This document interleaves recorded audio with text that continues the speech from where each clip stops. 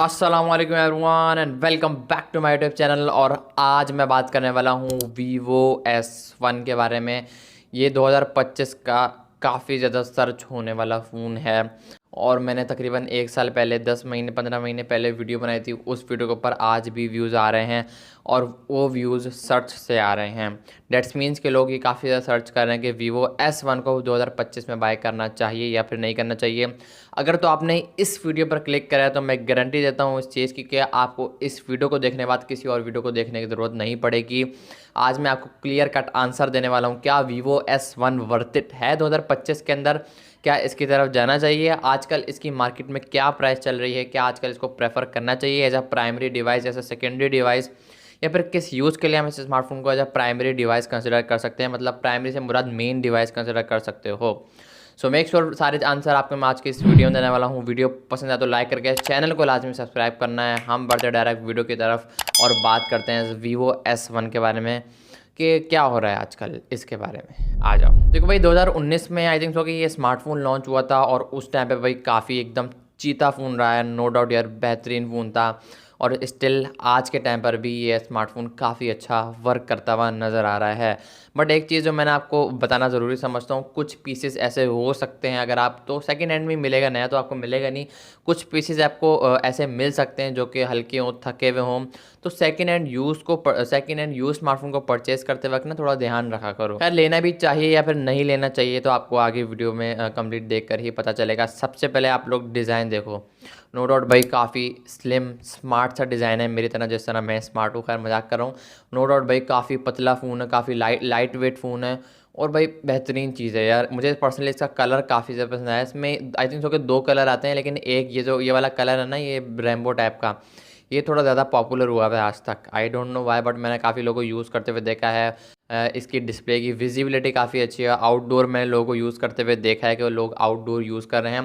Dates mean कि इसकी visibility भाई काफ़ी बेहतरीन आपको देखने को मिलेगी।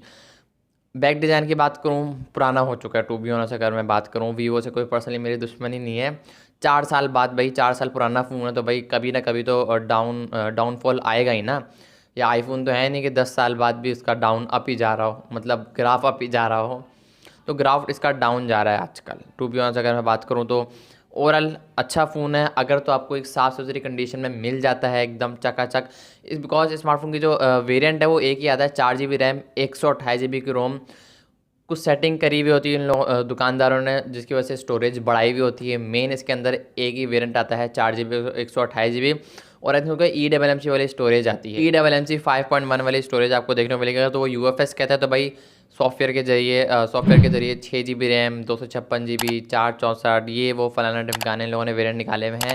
4128 वाला अगर तो आपको लेना है तो आप इसकी तरफ जा सकते हो, 4128 वाले की तरफ।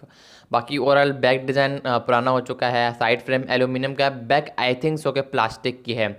और ये आज के टाइम पर ना तकरीबन 20 से 30 हज़ार के अंदर अंदर बीच में आराम से देखने को मिल जाएगा। कंचा अगर पीस होगा तो 30 तो मैंने ज़्यादा बता दिया, 25 हज़ार के समथिंग अराउंड आपको देखने को मिल जाएगा। 25 से ऊपर अगर आपको मिलता है तो भाई वो लूट रहा है दुकानदार, कहीं और चले जाओ, मेरी बात मानो तो। खैर, मजाक कर रहा हूँ। ओवरऑल मजाक करते रहना चाहिए थोड़ा बहुत ज़िंदगी में, इतना ज़्यादा सीरियस नहीं हो फ़ोन को लेकर। डिज़ाइन अच्छा है, काफ़ी पतला ये फ़ोन है, लाइट वेट फ़ोन है। फ्रंट डिस्प्ले की बात करूँ, कलर शार्पनेस वगैरह नो डाउट भाई काफ़ी बेहतरीन है। बट 2019 का फ़ोन है भाई, कितने लोगों ने अगर आप आज लेते भी हो ना इसको और रीसेल करने जाते हो तो रीसेल इसकी वैल्यू ऐसा ऐसा डाउनफॉल की तरफ जा रही है, ख़त्म होती जा रही है। वो तो हर फ़ोन ही बिक जाता है बट इतनी कीमत नहीं दे के जाता है जितने में आपने परचेज़ किया हुआ होता है। या फिर एक जुगाड़ भी है, वो फिर किसी और वीडियो में डिस्कस करूँगा कि फ़ोन को आप किस तरीके से महंगा बेच सकते हो। नीचे कमेंट सेक्शन में अगर आप कमेंट करते हो तो मैं ज़रूर बताऊँगा। और वो तकरीबन 70 to 80% काम करता है ये जुगाड़। 80% आप समझ लो बेहतरीन तरीके से काम करता है, अगर तो अपनी बंदा ज़बान का पक्का हो। खैर, ओवरऑल इसमें मैंने आपको बता दिया एंड्रॉयड 9 पर आई थिंक सो कि ये आया था और आज इसमें अपडेट भी अभी भी आती हैं।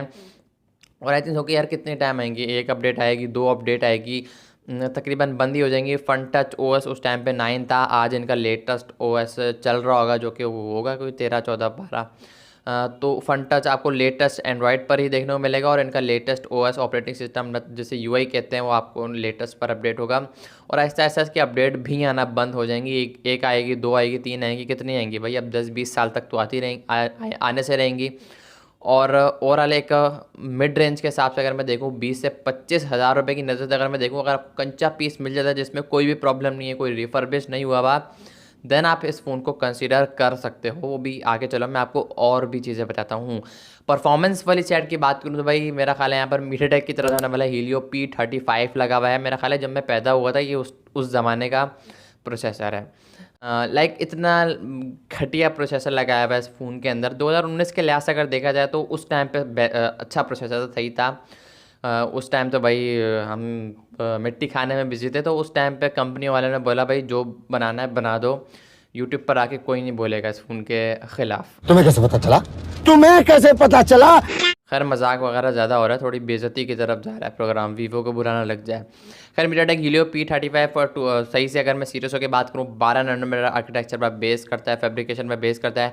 परफॉर्मेंस के लिहाज से भाई काफ़ी स्लो चिपसेट है, काफ़ी स्लो प्रोसेसर है। और जिस बंदे ने फ़ोन यूज़ करके सेल किया होगा, ज़ाहिर सी बात है नए तो फ़ोन आ नहीं रहे, तो जिस बंदे ने यूज़ करके फ़ोन बेचा होगा वो उसने यूज़ किया होगा, पता नहीं किस तरीके से रगड़ा होगा फ़ोन को। तो जब आप उस फ़ोन को परचेज़ करोगे तो वो और थका हुआ फ़ोन ना निकले, तो ये ध्यान में रख के। और ऐसा हो सकता है भाई 90% चांसेस हैं आपके साथ, क्योंकि वो नया फ़ोन तो आ नहीं रहा कि भाई नया डब्बा पैगा आप ले लो। और अगर आपको मिलता है तो भाई समझ जाओ वो रिफर्बिश्ड हुआ हुआ है, कुछ सेटिंग करी हुई इन लोगों ने। तो ये चीज़ आपको अपने माइंड में रखनी है। 4128 वाले वेरिएंट के अलावा कोई वेरिएंट आपको नहीं लेना, चाहे आपको कोई 464 मिले, 6128 मिले, 4256 GB मिले, 6256 GB मिले, मुख्तलिफ़ तरीके हैं हैं भाई हम लोगों को लूटने के लिए। खैर परफॉर्मेंस में ये स्मार्टफोन एक normal day to day task के लिए, मीडिया कंज्यूमिंग के लिए ये स्मार्टफोन एक अच्छा फ़ोन हो सकता है। देखो बैटरी वाली साइड की बात करो ना, तो आज के टाइम पर ये स्मार्टफोन तकरीबन आपको एक दिन भी नहीं प्रोवाइड कर पाएगा, बिकॉज 2019 से चलता हुआ आ रहा है फ़ोन। हाँ अगर बैटरी वगैरह चेंज हुई भी होगी, कुछ सेटिंग हुई भी होगी, लेकिन अभी तो मैंने मना किया है। लेकिन अगर आप बैटरी चेंज हुआ हुआ लेते हो तो भाई स्मार्टफोन की प्राइस 20 हज़ार से नीचे की होनी चाहिए। बिकॉज अगर आप वाटर पैक लेते हो, अगर तो वो बोलता है वाटर पैक है, तो भैया आप उस टाइम पे ख़रीदने से पहले चेक कर लेना लाजमी। ख़रीदने के बाद बाउल में डाल के चेक नहीं करना, नहीं तो प्रोग्राम बहुत बढ़ जाएगा, दुकानदार पैसे वापस नहीं देते। तो कहने का मकसद ये है कि चेक करके फ़ोन लिया करो। और इस फ़ोन को भी अगर आप लेने जा रहे हो तो चेक करके लेना। बाकी बैटरी वाली साइड की तरफ था मैं पता नहीं कहाँ चले जाता हूँ यार। ओवरऑल देखो बैटरी 5000 mAh की तो कि बैटरी है इसकी, कुछ 4050 mAh की बैटरी है और 18 वाट की चार्जिंग आपको देखने को मिलेगी। और ये माइक्रो USB केबल लेकर आता है, टाइप सी भी नहीं है भाई। उस टाइम पे तो पता नहीं, मेरा ख्याल है टाइप सी नहीं हो करती थी इतनी, या फिर थी नहीं। उस टाइम का ये फ़ोन है माइक्रो। अगर तो भाई जैक चेंज हुआ लाइक आपको टाइप सी वाला मिलता है तो भाई समझ जाओ फ़ोन खुला हुआ है। जैक वगैरह वैसे होता तो नहीं है, बट हो भी सकता है भाई, ये पाकिस्तान है, यहाँ कभी भी कुछ भी हो सकता है, पॉसिबल है यहाँ पर सब कुछ। तो ये चीज़ अपने माइंड में रखनी है। और एक दिन से कम तकरीबन दिन में आपको 2 बार चार्ज करना पड़ सकता है। अगर आपका नॉर्मल यूज़ भी थोड़ा सा ज़्यादा है ना, तो भी आपको दिन में एटलीस्ट 2 बार चार्ज करना पड़ सकता है। अगर आपका बहुत ही कम यूज़ है तो यस ये आपको चल जाएगा, तकरीबन एक दिन ये आराम से निकाल लेगा। बैक कैमरास की बात करो भाई, बैक कैमरा से ज़्यादा फ्रंट कैमरास का ज़्यादा अच्छा है, मैंने सुना ये। बट मैं ये प्रेफर करूँगा, ये स्मार्टफोन का बैक कैमरा मुझे पर्सनली काफ़ी ज़्यादा पसंद आया। बैक पर ट्रिपल कैमरास का सेटअप है, 16 मेगापिक्सल का मेन है और बाकी आई थिंक कि अल्ट्रा वाइड और कोई मैक्रो डेप्थ सेंसर है। 1080p 30 FPS तक ये मैक्सिमम शूट करता है फ्रंट एंड बैक दोनों से। और बैक के जो कलर है ना वो पर्सनली मुझे काफ़ी ज़्यादा पसंद आया। अगेंस्ट द लाइट जो एक्सपोजर है वो काफ़ी अच्छा है। इन्फिनिक्स टेक्नो से इवन तो बेहतर निकल कर आया है भाई। इन्फिनिक्स टेक्नो क्या करते हैं, पीछे अगर कोई सनलाइट होगी वो डार्क कर देंगे, इतना डार्क कर देंगे, इतना लाइक अंधेरा कर देंगे कि हमारा चेहरा भी भाई दिखेगा नहीं उसके अंदर। तो ये चीज़ें हैं भाई, इन्फिनिक्स टेक्नो से तो बेहतर ये भाई Vivo Oppo as compare to Infinix Tecno, Spark हो गया, इनसे काफ़ी बेहतर निकल कर आते हैं इनके फ़ोन, चाहे वो 2 साल पुराने हो, 4 साल पुराने फ़ोन ही क्यों ना हो। टेक्नो का 4 साल पुराना फ़ोन तो भाई मेरे ख्याल है इंतकाल कर जाएगा, वो इतने अर्से तक चलता भी नहीं है। खैर बहुत ज़्यादा मजाक हो रहा है। ओवरऑल एक अच्छा फ़ोन मुझे ये लगा है एज आ सेकेंडरी डिवाइस। खैर उसको आगे चल के डिस्कस करते हैं। कैमरा की तरफ था मैं था, डिटेल काफ़ी नेचुरल लगता है, आप एडिट भी कर सकते हो उसके अंदर। ओवरऑल सारी चीज़ें एकदम अच्छी नज़र आ रही हैं, बट मैं आपको ऐसा दिखा रहा हूँ, ऐसा शो करवा रहा हूँ कि यार ये फ़ोन बेस्ट है। बट आज के अगर मैं बात करूँ कैमराज में, देखो स्पेसिफिकेशन में इतना मैं वो नहीं कर रहा हूँ, स्पेसिफिकेशन आपको पता है, आप गूगल से भी जाके देख सकते हो। बट टू बी ऑनेस्ट अगर बात करूँ तो भाई ये फ़ोन आप इसको as a secondary device consider कर सकते हो। फोटोग्राफी में, वीडियोग्राफी में इतना ये बेस्ट नहीं है, काफ़ी फीके कलर रखता है। मैं अपने ओपिनियन पॉइंट ऑफ व्यू से बता रहा हूँ, बाकी अगर आप किसी और की वीडियो देखते हो तो वो अपने पॉइंट ऑफ व्यू से बताता है। तो कलर तो मुझे थोड़े शार्प कॉन्ट्रास्ट ज़्यादा पसंद है, तो ये चीज़ें आप पर डिपेंड करती हैं। अल्ट्रा वाइड सेंसर भी है, तो आप अल्ट्रा वाइड सेंसर की फ़ोटो भी ले सकते हो, लाइक वाइड एंगल वगैरह भी ले सकते हो आई थिंक। ओके, ओवरऑल अगर मैं बात करूँ देखो एज अ सेकेंडरी डिवाइस मैं रिकमेंडेड करूँगा आपको, और हीटअप वगैरह का इशू ना हो, ये सारी चीज़ें चेक करके लेना अगर तो आप इस फ़ोन को लेने की सोच रहे हो तो। फाइनल कंक्लूजन की बात करूँ भाई, फाइनल कंक्लूजन मेरा यही पे है, मैं इसको रिकमेंड नहीं करूँगा as a primary device. But जिन लोगों के पास है वो ये कह रहे हैं कि भाई हमारा तो अल्लाह का शुक्र है काफ़ी ठीक ठाक चल रहा है, तो आपको मुबारक हो। अगर आप ऐसा प्राइमरी डिवाइस लेने की सोच रहे हो तो भाई काफ़ी छानबीन करके, काफ़ी एकदम चेक वगैरह करके लेना, ये चीज़ अपने माइंड में रखनी है। बट मैं स्मार्टफोन को as a secondary device consider करूँगा। लाइक अगर आपने एक आईफोन रखा हुआ है जो कि नॉन पीटीए है, तो आप इसको ऐसा सेकेंडरी डिवाइस रख सकते हो। या फिर कोई ऐसा फ़ोन रखा हुआ है महंगा, सैमसंग का S24 S25 अल्ट्रा रखा हुआ है, तो आप इसको एज अ सेकेंडरी डिवाइस रख सकते हो।